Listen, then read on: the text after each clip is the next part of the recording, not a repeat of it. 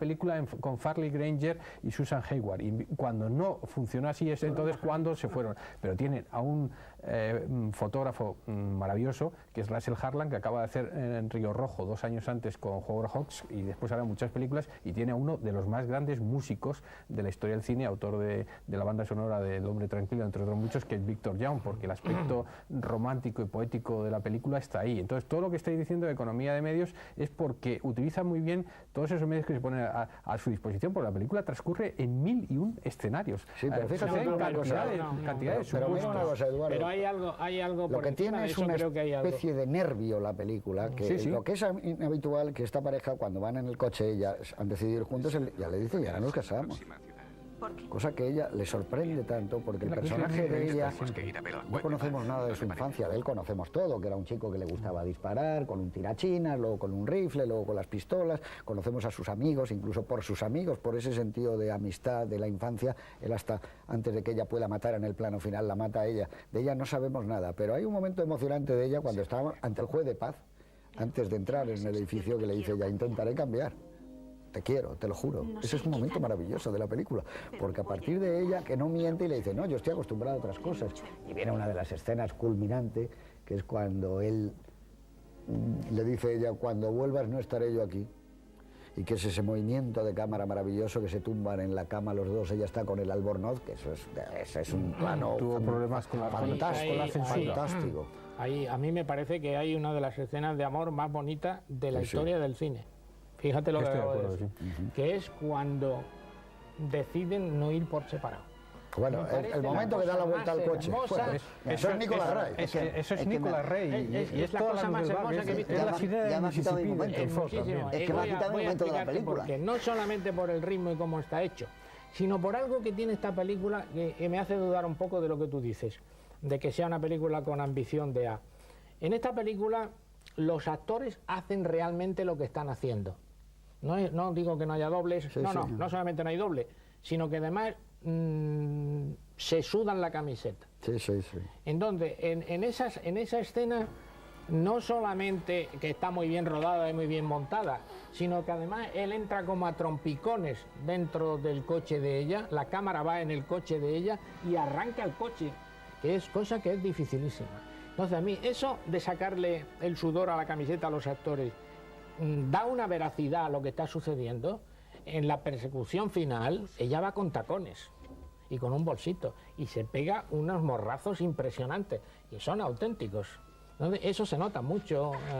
Sí, pero lo que tú has dicho, cuando deciden no separarse y vuelve con el coche, eso sí que es como un paso o como una piedra en la cinefilia de nuestro tiempo, porque eso es Nicolas Ray, ese es el delirio romántico, eso es la veracidad, 24 fotogramas, lo que le gustaba a la Nouvelle Vague, eso es Godard en la película de Abu de Souf, es esa especie de esa compulsión que produce el amor y la pasión, y está tan bien reflejada que han decidido cada uno ir por su lado, pero no se pueden separar. Son dos personajes encadenados. Es asombroso, eso es un momento asombroso en el cine. La película debería llamarse Crazy Love. Pero yo creo, hay una cosa, Eduardo antes ha dicho una cosa sobre Nicolas Ray.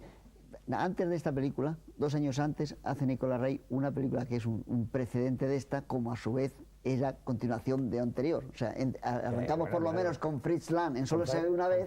La segunda parte se llamaría Daily by Night, o el Amante de la Noche, que es del 47, donde es una historia muy parecida a esta, y donde ahí sí que hay escena de que se casan y todo. Y lo bonito de Lewis es cómo va sorteando las escenas habituales en otros directores para no contarlas. La del juez de paz. No la cuentan. No sé qué, por el estado de California puede besar a la novia, no sé qué, los dos, dale. Y eso lo va quitando. Tanto copió en ese sentido Godard de esta película, que yo he tenido hace unos meses, una larga conversación con algunos de los directores, tanto de fotografía, tanto de la Nouvelle Vague como del Free Cinema. El Walter Lassally, que hizo las películas luego hizo Tom Jones, pero hizo las películas primeras de todos estos jóvenes críticos, y con Raúl Coutard también una larga entrevista.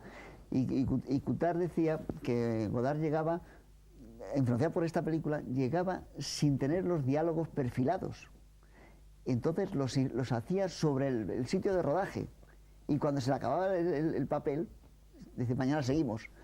¿Qué pasaba? Que a Lewis, cuando empezó a hacer televisión, le dieron las jornadas normales de televisión, hizo algunas series, pero resulta que a las 2 de la tarde decía, ya hemos acabado, que vengan más actores. Dice, no, si los actores ya se han acabado hoy. Entonces, él en poco tiempo era capaz de hacer lo que otros hacían en una doble jornada, porque tiene muy claro lo que quiere y sobre todo porque conoce el oficio. Él lo explica en el libro, le dice que a la gente de hoy, ¿qué le parece? Dice, a mí me parece fatal que a un joven que ha escrito un guión le den no sé cuántos millones. Dice, y creo que el sistema bueno es el que hicimos todos, empezar a cargar chasis, ser ayudante de cámara, entrar en los platós, ser ayudante de director, ser todo, y al final tener un dominio absoluto de todas las fases del oficio. Eso es que esta película combina muy bien todos esos aspectos visuales con todo, eso hay que darle también al guión, con toda la encarnadura que tiene el guión, porque el personaje femenino es de alguna forma Lady Macbeth en algún momento y utiliza toda la simbología femenina, porque es que no es nada casual, estamos hablando de que, pero es que hay algo en ese momento en América que se ha venido arrastrando desde finales de los años 30, desde el final de la depresión, el conflicto entre lo urbano y lo rural que aparece en todas las películas. Es que está también en Los viajes de Sullivan de Preston Sturges, incluso visualmente en esta película. Es que está todo, es decir, no es casual que sucedan las cosas porque hay un caldo de cultivo que acaba apareciendo. Es que esta película empieza muy rural, en el medio oeste, es toda la parte del guión que quito de McKinley Cantor, que es ese comienzo. Hay un aspecto didáctico de la película que es lo que menos me interesa, que me temo que es de Dalton Trumbo, dicho sea de paso, que es lo peor, ¿no? Que es lo que tiene algunas parte de la serie negra con conciencia social de la gente de izquierda progresista que está en Hollywood en los años 40, que es lo más molesto, por lo menos desde mi modesto punto de vista, en esta película. Pero luego está ese amour fou, no solamente está hecho visualmente, son las cosas que se dicen, esa secuencia que has dicho en ese hotelucho de mala muerte, con ella, con el albornoz puesto, cómo le dice las cosas, cómo intenta desengancharse y está a punto de engancharse, esa secuencia que tú has dicho de ese cambio de los coches.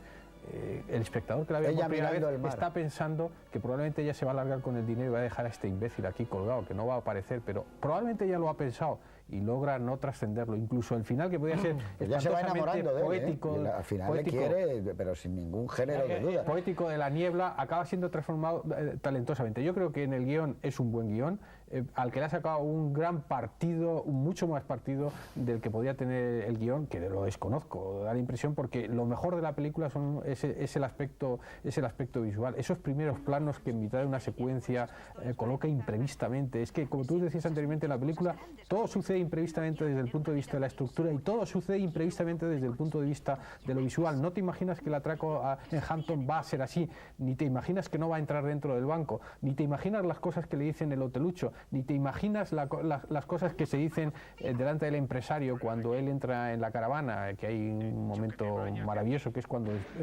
dispara al espejo. Es que toda la película está llena de cosas imprevistas que suceden, no se sabe bien, no sé cuánto improvisó o no improvisó, pero de todas formas él lo cuenta en el libro de entrevistas. Cuando él idea el atraco a Hampton, dice, yo ya lo he ideado, ahora vosotros me lo tenéis que hacer visualmente posible, y sin el grado de perfeccionamiento técnico de la gente de Hollywood en aquellos momentos, eso no hubiera sido posible, por mucho que la idea la hubiera tenido Lewis. Claro. Yo creo que lo primero que no te imaginas, y por eso creo que el guión no es tan brillante como tú dices, pero bueno, no digo... No, yo no digo que sea brillante, yo creo que es un guión con una buena estructura y con un buen diseño de personajes. Ni siquiera bueno, porque el espectador, cuando arranca la película, piensa que va a ver la historia de un niño en un reformatorio.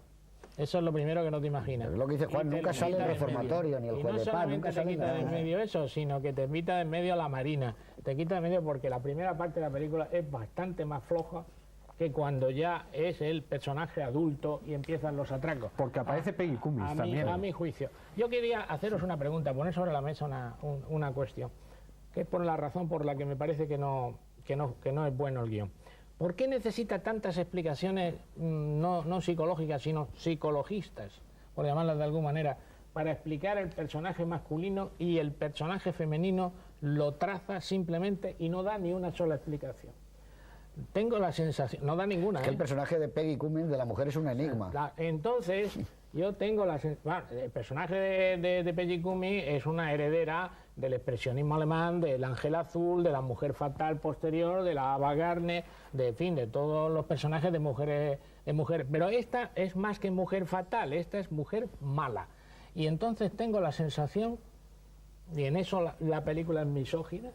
Es muy misógina, es una película muy misógina. Tengo la sensación que el autor del guión y el director han dado por hecho que con unas características determinadas el espectador masculino sabe quién es ese personaje. Ten en cuenta que el personaje masculino, el John Dowell, hay un